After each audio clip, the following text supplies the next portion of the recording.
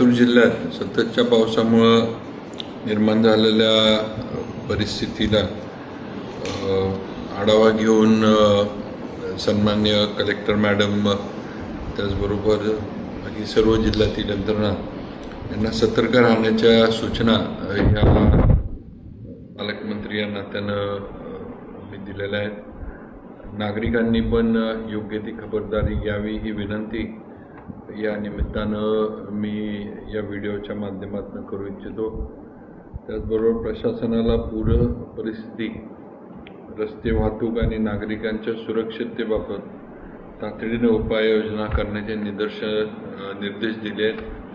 जिल्ह्यात नदी, नाले आणि धरणांच्या पाणी पातळीवर लक्ष ठेवण्याच्या पण सूचना या दिल्यात. त्याचबरोबर आजच राज्य सरकारची कॅबिनेट बैठकसुद्धा झाली.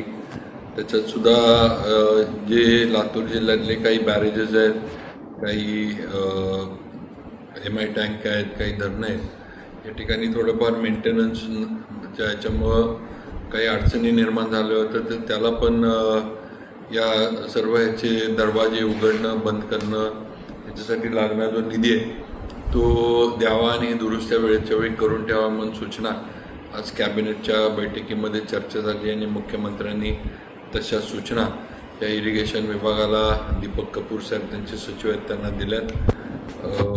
सर्व अधिकारी कर्मचारी यांना प्रत्यक्ष फील्डवर राहून नागरिकांना आवश्यक ते सहकार्य मार्गदर्शन करण्याचं सूचना पण दिल्या.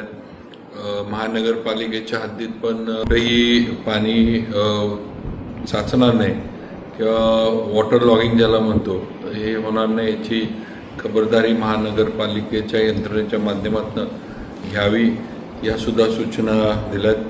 त्याचबरोबर अजूनसुद्धा 1-2 दिवस मुसळधार पाऊस होण्याचा अंदाज वर्तवण्यात आला आहे. त्यामुळं नदी नाल्यांच्या पातळीमध्ये वाढ होऊ शकते.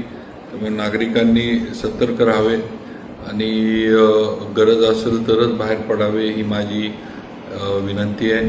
त्याचबरोबर प्रशासनानं पण वेळच्या वेळी सूचना द्याव्यात. प्रशासनाच्या सूचनांचं पालन नागरिकांनी करावं.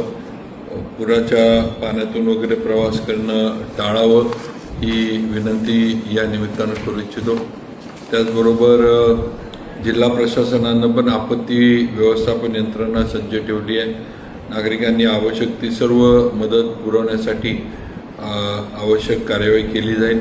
पंचनामे जे नुकसान झालेत शेतीचं असेल, जनावरांचं असेल, काही ठिकाणी उदगीरमध्ये सुद्धा मोठ्या प्रमाणावर उदगीर तालुक्यात याच्यामध्ये सर्कलमध्ये मोठ्या प्रमाणावर पाणी पातळीची वाढ झाली होती. त्या ठिकाणी बऱ्याच अडचणी निर्माण झाल्यात.